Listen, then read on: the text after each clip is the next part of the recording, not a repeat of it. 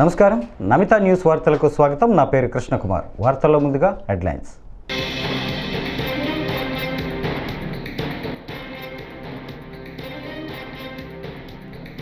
చిన్నారులతో మోడీ రక్షాబంధన్ వేడుకలు.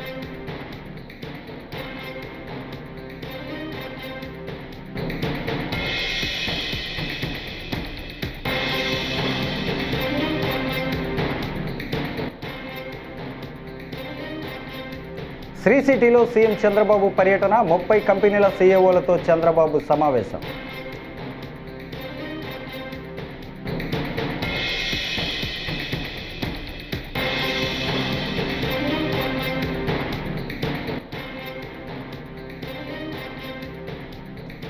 Panchayati Raj శాఖపై deputy CM Pawan Kalyan సమీక్ష.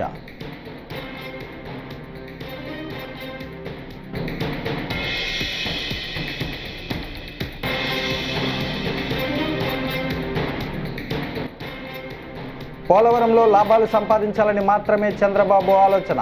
దానివల్లే రాష్ట్ర ప్రజలు తీవ్రంగా నష్టపోయారంటూ మాజీ మంత్రి వేణుగోపాల్.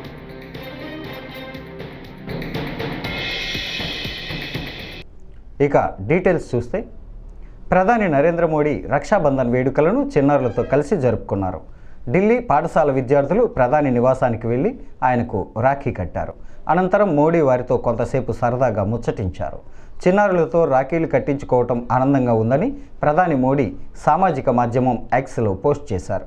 అంతకుముందు రాఖీ పండుగను పురస్కరించుకొని దేశ ప్రజలకు మోడీ శుభాకాంక్షలను తెలియజేశారు. సోదర సోదరీమణుల మధ్య అపరిమిత ప్రేమకు ప్రతీక రక్షాబంధన్ అని పేర్కొన్నారు.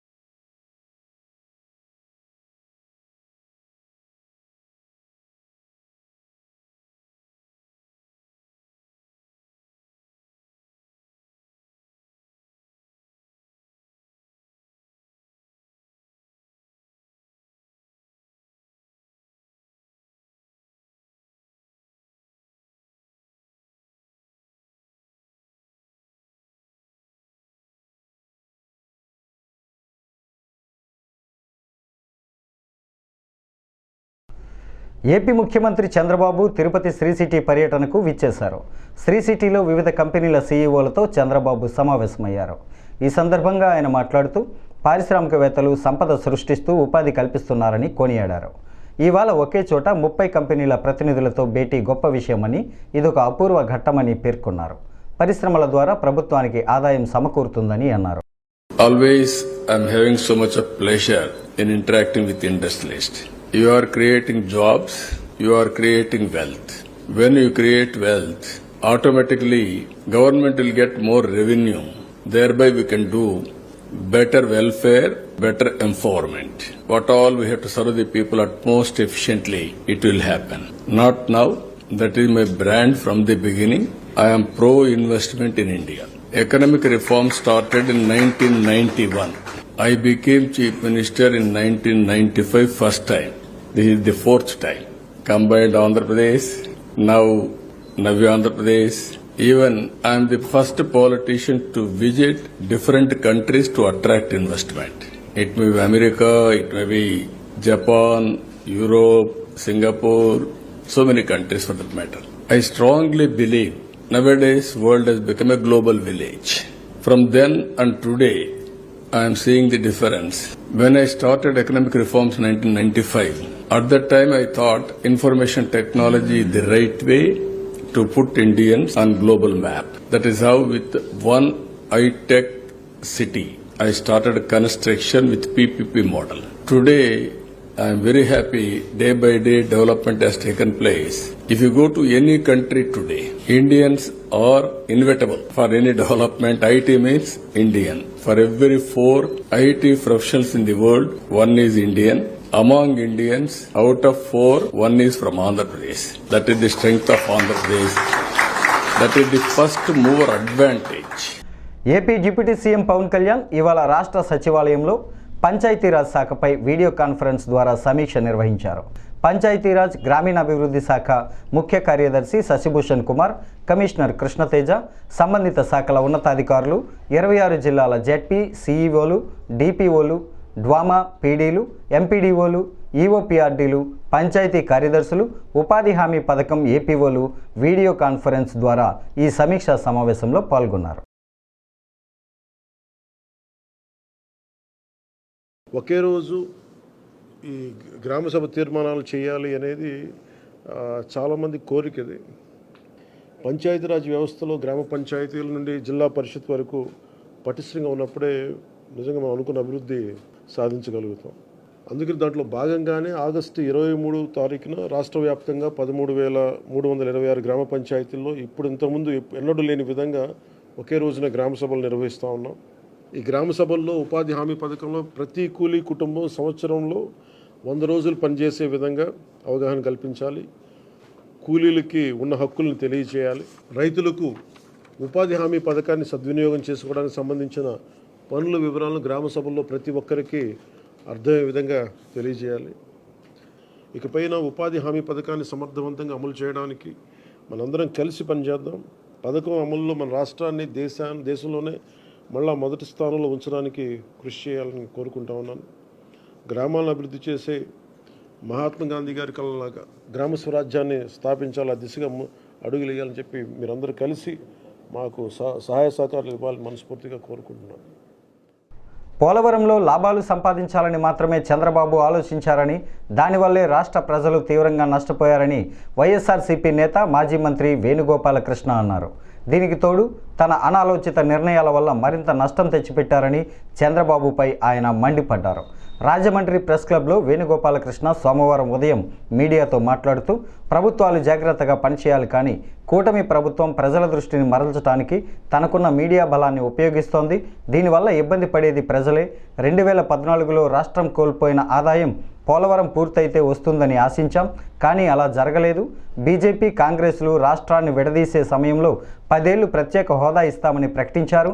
టీడీపీకి సహాయంగా ఉన్న జనసేన కూడా కేంద్రంలో భాగస్వామిగా ఉన్నారు. పోలవరాన్ని కేంద్ర ప్రభుత్వం పూర్తి నిధులు ఇచ్చి పూర్తి చేయాలని అన్నారు ఆయన. ప్రపంచం అంతా కూడా కొనియాడబడుతున్నటువంటి రాజ్యాంగాన్ని అందించినటువంటి మహనీయుడు బాబాసాహెబ్ అంబేద్కర్. ఈ దేశంలో ఏర్పడిన ప్రతి ప్రభుత్వం ప్రజలకు జవాబుదారీగా ఉండాలని, ప్రజా సంక్షేమాన్ని నిరంతరం కడు జాగరూకతతో, ప్రజల అభివృద్ధి సంక్షేమం జాగరూకతతో అమలు చేయాలనేటువంటి లక్ష్యంతో ప్రభుత్వాలు ఉండాలని ప్రతి 5 సంవత్సరాలకి ఎన్నికలు జరుగుతాయి. ఏర్పడేటువంటి ప్రభుత్వాలు ప్రజలకు బాధ్యతాయుతమైనటువంటి అధికారం, మాకు బాధ్యత, ప్రజలిచ్చిన బాధ్యత, దాన్ని సక్రమంగా నిర్వహించాలనేటువంటి లక్ష్యాలతోటి పనిచేయాలి. దురదృష్టం ఏంటంటే ప్రజలు ఏది చెప్పినా కూడా అధికారం వచ్చిన తర్వాత అసహాయులైపోతారు. చెప్పిన మాట ఏది అమలు చేయలేకపోయినా అడగలేరు. ఎన్నికల ముందు ఎన్ని వాగ్దానాలు ఇచ్చినా వాటి అమలు కోసం ప్రయత్నించినటువంటి ప్రభుత్వాన్ని ఏమీ చేయలేరు. ప్రజలు 5 సంవత్సరాలు భరించాల్సిందే అనే విధంగా ఈరోజు ఏర్పడినటువంటి కూటమి ప్రభుత్వం రోజుకొక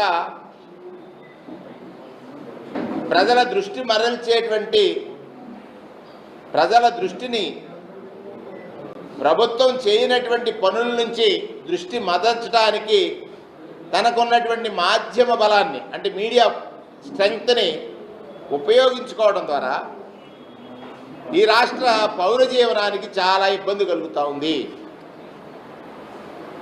ఉదాహరణకి మన రాష్ట్రానికి జీవనాడి ఈ దేశంలోనే అత్యంత ప్రతిష్టాత్మకమైనటువంటి సాగునీటి, త్రాగునీటి, జల విద్యుత్ ఉత్పాదన కలిగినటువంటి ప్రాజెక్టు పోలవరం ప్రాజెక్టు.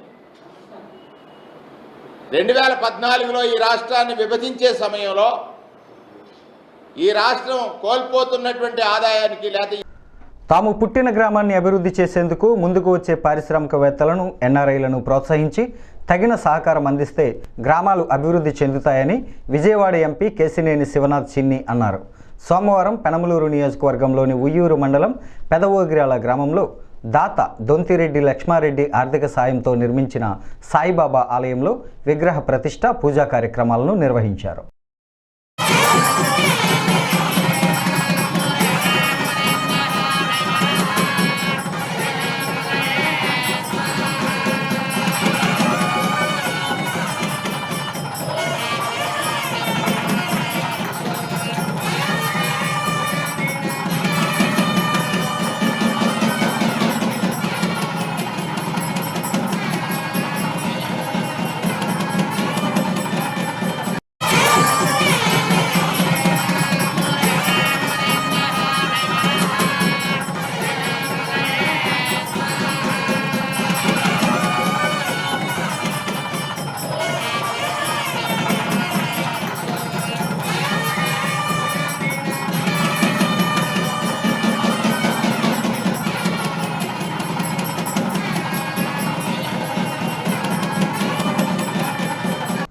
కోడూరు మండలం హంసలదీవి బీచ్ ఘటన మృతుల కుటుంబాలను ప్రభుత్వం ఆదుకుంటుందని అవనిగడ్డ ఎమ్మెల్యే మండలి బుద్ధప్రసాద్ అన్నారు. అవనిగడ్డ ప్రభుత్వ ఆసుపత్రిలో హంసలదీవి బీచ్ ఘటన బాధితులను ఆదివారం ఎమ్మెల్యే బుద్ధప్రసాద్, మండలి వెంకట్రాం పరామర్శించారు. గుడివాడ నుంచి వచ్చిన ముస్లిం పర్యాటకులు తీరంలో ఉన్న సమయంలో 2 పెద్ద అలలు రావడంతో ప్రమాదం జరగటం దురదృష్టకరమన్నారు. ఓ మహిళ మృతి, ఒకరు గల్లంతు కావటం బాధాకరమని అన్నారు. హంసలదేవి సాగర సంగమం సందర్శనార్థం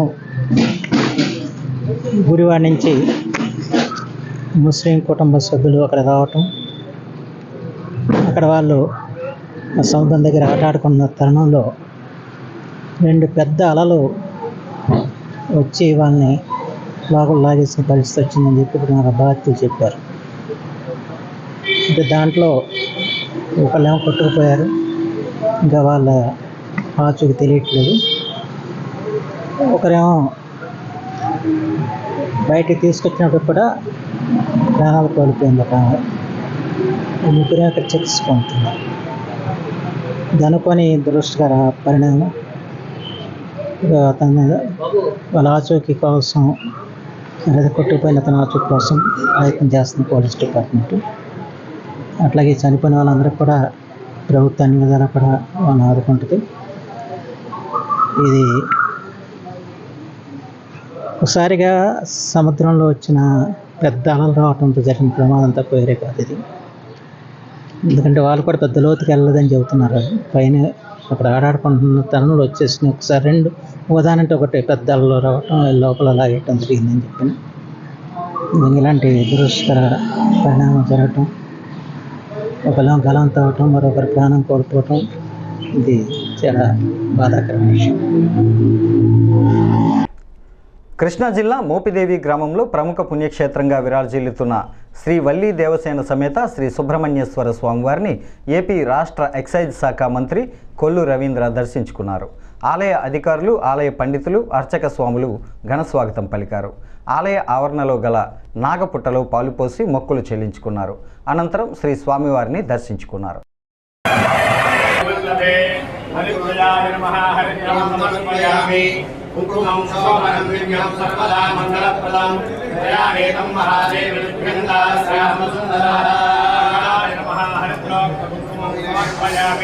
ధారయం నిష్కారస్వస్య వాజినః సురభినౌకాగరత్నాయ కుంజిదాజిలో విక్రమసి జ్యోతిరసి తేజోసి దేవోవత్స వియోత్నాద్క్షత్రేణ పవిత్రేణ వసో సూర్యస్య దస్తిభిః మదరక్తమదోషమదమతాత్మకూరుదః మదప్యోరస్తనపితా మదమాగోపరస్తనమదమాగుముస్తు సూర్యః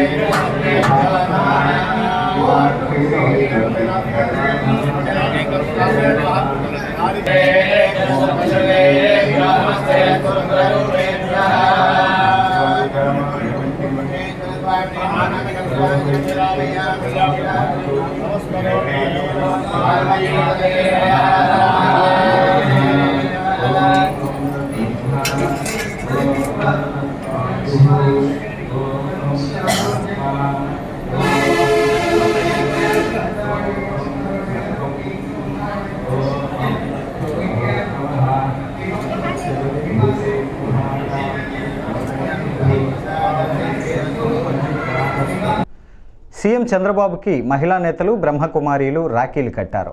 రాఖీ పౌర్ణమి సందర్భంగా సోమవారం తాడేపల్లి పరిధి ఉండవల్లి నివాసంలో సీఎం చంద్రబాబును కలిసి పార్టీ మహిళా నేతలు, మాజీ మంత్రి పీతల సుజాత, జెడ్పీ మాజీ చైర్పర్సన్ గద్దె అనురాధ, టీడీపీ డ్వాక్రా అంగన్వాడీ విభాగం రాష్ట్ర అధ్యక్షురాలు అచంట సునీత, ఖమ్మంపాటి శిరీష, పలువురు బ్రహ్మకుమారీలు రాఖీలు కట్టారు. ఈ సందర్భంగా సీఎం వారికి ధన్యవాదాలను తెలియజేశారు.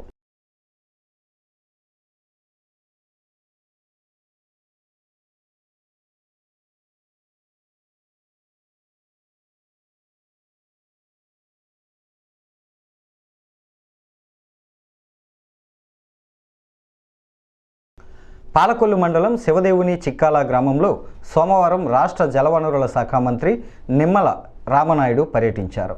ఈ సందర్భంగా శ్రీ రాఘవేంద్ర చారిటబుల్ ట్రస్ట్ ఆధ్వర్యంలో కుట్టు శిక్షణ పొందిన 60 మంది మహిళలకు ఉచితంగా కుట్టు మిషన్లు, సర్టిఫికెట్లు, కంప్యూటర్ శిక్షణ పొందిన మహిళలకు సర్టిఫికెట్లను మంత్రి చేతుల మీదుగా అందజేశారు. ఈ కార్యక్రమంలో కూటమి నాయకులు పాల్గొన్నారు.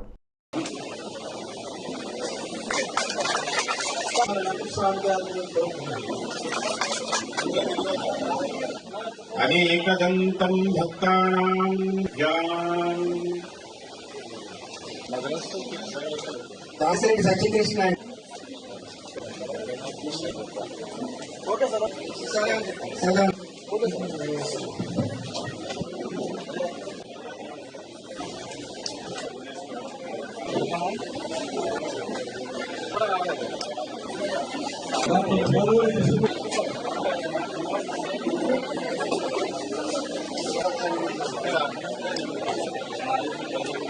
రాఘవేంద్ర చారిటబుల్ ట్రస్ట్ కన్న తల్లికి కన్న ఊరికి ఎంత చేసినా కూడా రుణం తీరదంటారు.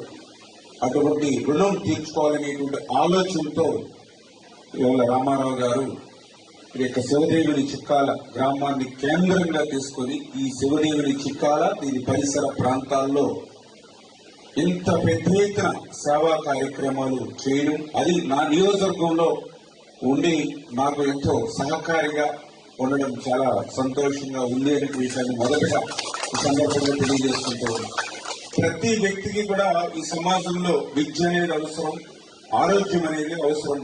నేను చూసా శివదేవుని చిక్కాల్లో ఆ ట్రస్ట్ ద్వారా వాటర్ ప్లాంట్ ఏదైతే పెట్టి, అదేవిధంగా ఆరోగ్యాన్ని దృష్టిలో పెట్టుకుని ఉచితంగా ఆసుపత్రిని ఆ రోజు ప్రారంభించి ఈ రోజు వరకు కూడా ఆసుపత్రిలో అవసరమైనటువంటి మందులతో సహా ఉచితంగా ఇవ్వడం.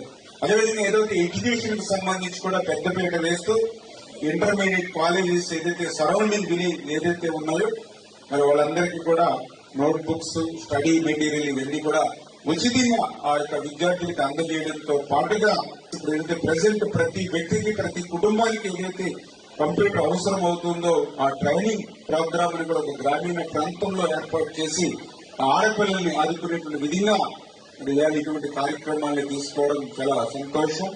ఇప్పుడే చూస్తూ ఉన్నాం ఏదైతే మహిళలు మరి పెద్ద ఎత్తున ఉచితంగా ట్రైనింగ్ ఇచ్చి విత్ మోటార్ తోటి ఆ మిషన్ వాళ్ళకి ఉచితంగా అందించాలనేటువంటిది. ఎందుకంటే వాటిని ఉపయోగించుకుంటూ మీరు ఇంకా ముందుకు వెళ్ళాలనేటువంటిది నా ఆలోచన. మరి ఇటువంటి కార్యక్రమాలే కాకుండా ఇప్పుడే చెప్పారు ఏదైతే బయలు గ్రౌండ్, ఎందుకంటే చాలా అవసరం. ఎందుకంటే ప్రతి వ్యక్తి కూడా ఆఖరి మజిలీ అనేది. కాకినాడ జిల్లాలో 40 రోజుల పాటు ఎయిడ్స్ వ్యాధిపై అవగాహన సదస్సులు నిర్వహించడం జరుగుతోందని పైడా ఆండాలమ్మ కళాశాల ప్రిన్సిపల్ పాపయ్యరాజు పేర్కొన్నారు. సోమవారం కాకినాడ పైడా ఆండాలమ్మ కాలేజీలో community health awareness and natural green environmental society changes project Kakinada ఆధ్వర్యంలో ప్రాజెక్టు మేనేజర్ దుర్గాభవాని అధ్యక్షతన ఎయిడ్స్ వ్యాధిపై విద్యార్థులకు అవగాహన సదస్సును నిర్వహించారు. ఎక్కువగా హెచ్ఐవి బారిన పడుతుంది కాబట్టి ఈ ప్రోగ్రామ్స్ అన్నీ కూడా కళాశాల అలాగే స్కూల్ స్థాయి నుంచి అదేవిధంగా సమాజంలో ఇలాగ మీకు తెలుసా అంటే మనం ఆలోచిస్తాం మీకు ఏం తెలుసు అంటే మీకు తెలుసా అనే క్వశ్చన్కి మీరు అర్థం చేసుకోవాలి.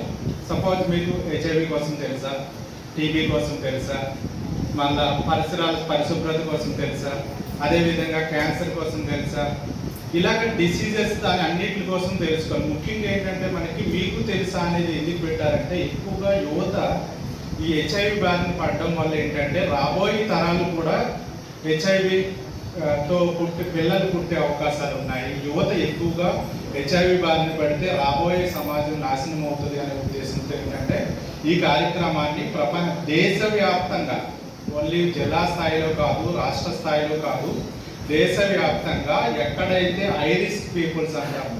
ఐరిస్క్ పీపుల్స్ అంటే మీకు తెలుసో తెలీదు, ట్రక్కర్స్ అంటే కొంతమంది లారీ డ్రైవర్స్ ఎక్కడ ఎక్కువగా స్టే చేస్తారు హైవేస్లో కానీ, లేదంటే సెక్స్ వర్కర్స్ కమ్యూనిటీ కానీ, లేదంటే ట్రాన్స్జెండర్ కమ్యూనిటీ కానీ, లేదంటే మైగ్రెంట్స్ పీపుల్స్ అంటారు. ఒక చోట నుంచి ఇంకొక చోట పనికి వస్తూ ఉంటారు. అటువంటి సందర్భంలో ఫ్యామిలీకి దూరంగా ఉంటారు. దూరంగా ఉండే సందర్భంలో ఏంటంటే ఎవరినొకరిని కలిసే అవకాశాలు ఉంటాయి. దానివల్ల హెచ్ఐవి వచ్చే అవకాశాలు ఉంటాయి. ఇవన్నీ కూడా ఏంటంటే మనం నిర్మూలించాలంటే ప్రతి ఒక్కరికి కళాశాల విద్యార్థులు అందరికీను, అదేవిధంగా స్కూల్ స్థాయి వాళ్ళందరికీ కూడా హెచ్ఐవి మీద అవగాహన ఉన్నప్పుడు మాత్రమే హెచ్ఐవి అనేటువంటిది రాదు తప్ప హెచ్ఐవి మీద అవగాహన లేకపోతే హెచ్ఐవి అనేది వచ్చే అవకాశాలు ఉన్నాయి. అంతర్జాతీయ ఛాయాచిత్ర దినోత్సవం సందర్భంగా భీమడోలు సర్కిల్ ఫోటోగ్రాఫర్స్ సంఘం ఆధ్వర్యంలో సోమవారం ఫోటోగ్రఫీ డే వేడుకలు ఘనంగా నిర్వహించారు. భీమడోలు సంత మార్కెట్ వద్ద ఫోటోగ్రఫీ సృష్టికర్త డాక్టర్ గురే మాజీ రాష్ట్రపతి అబ్దుల్ కలాం విగ్రహాలకు పూలమాలలు వేసి ఫోటోగ్రాఫర్స్ సంఘ నాయకులు నివాళులర్పించారు. ఈ కార్యక్రమంలో సంఘ అధ్యక్షులు శ్రీరామ్, గౌరవాధ్యక్షులు బ్రహ్మారావు, డేవిడ్, రంగారావు, రామ్మూర్తి పాల్గొన్నారు.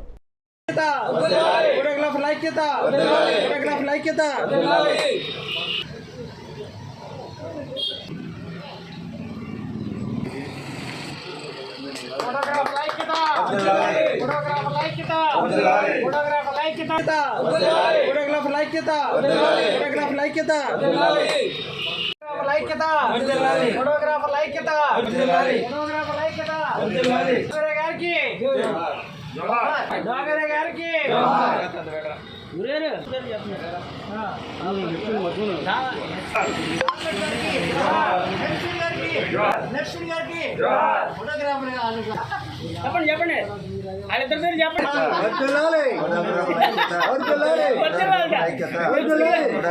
ఫోటోగ్రాఫర్ ఐక్యత, ఫోటోగ్రాఫర్ ఐక్యత.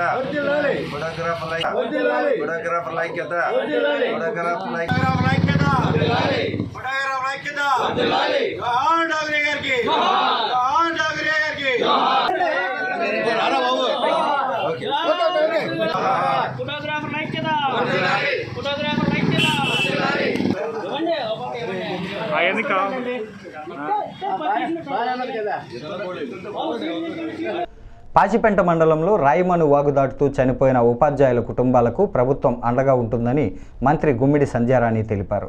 ఈ సంఘటనలో పాచిపెంట మండలంలోని కోకిపెంటలో ఏకలవ్య పాఠశాలలో వార్డెన్గా విధులు నిర్వహిస్తున్న హర్యానా రాష్ట్రానికి చెందిన మహేష్, ఉపాధ్యాయురాలు ఆర్తి మరణించారని తెలిపారు. వాగు దాటవద్దని స్థానికులు హెచ్చరించినప్పటికీ భాషా సమస్య వల్ల అర్థం చేసుకోకపోవడంతో ఈ దుర్ఘటన జరిగిందని అన్నారు. నిన్న జరిగినటువంటి దుర్ఘటన అందరికీ తెలిసిన విషయమే.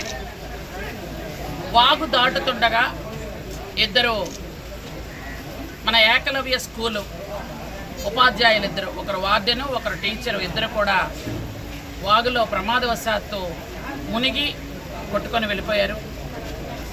ఆ పక్కనే ఆ ఒడ్డు మీద ఉన్నటువంటి రైతులు వాళ్ళకి చెప్పడానికి ప్రయత్నం చేస్తే లాంగ్వేజ్ ప్రాబ్లం వల్ల వాళ్ళు హర్యానా నుండి వచ్చినటువంటి ఉపాధ్యాయులు వాళ్ళకి తెలుగు రాకపోవడం వల్ల అది పాపం వాళ్ళకి అర్థం కాక దిగడం వల్ల కొట్టుకొని వెళ్ళిపోయారు. వెంటనే విషయము నాకు గ్రామస్తులు వెంటనే తెలియజేశారు, అదే క్షణంలో తెలియజేశారు. వెంటనే కలెక్టర్ గారిని మిగిలిన వాళ్ళందరినీ కూడా అప్రమత్తం చేశాం. వెంటనే అక్కడికి స్థానిక ఎంఆర్ఓ గారు అలాగే సిఐ గారు వెళ్ళి రాత్రంతా ఉన్నారు. పాపం నిన్న రాత్ర ఒక బాడీ దొరికింది, ఈరోజు మార్నింగ్ ఇంకొక బాడీ దొరికింది. చాలా బాధపడుతున్నాం మేము.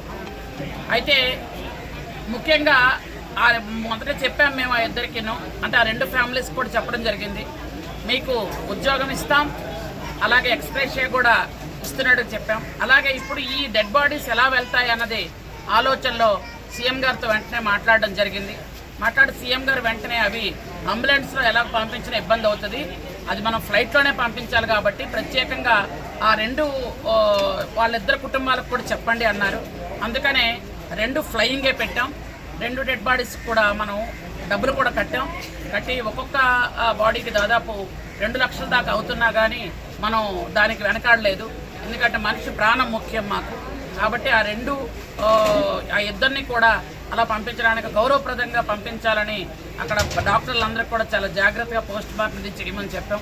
ఎందుకంటే కొంచెం ఇబ్బంది పడకుండా చేయమన్నాము. అలాగే వాళ్ళకి ఫ్లయింగ్ కూడా ఇస్తున్నాము.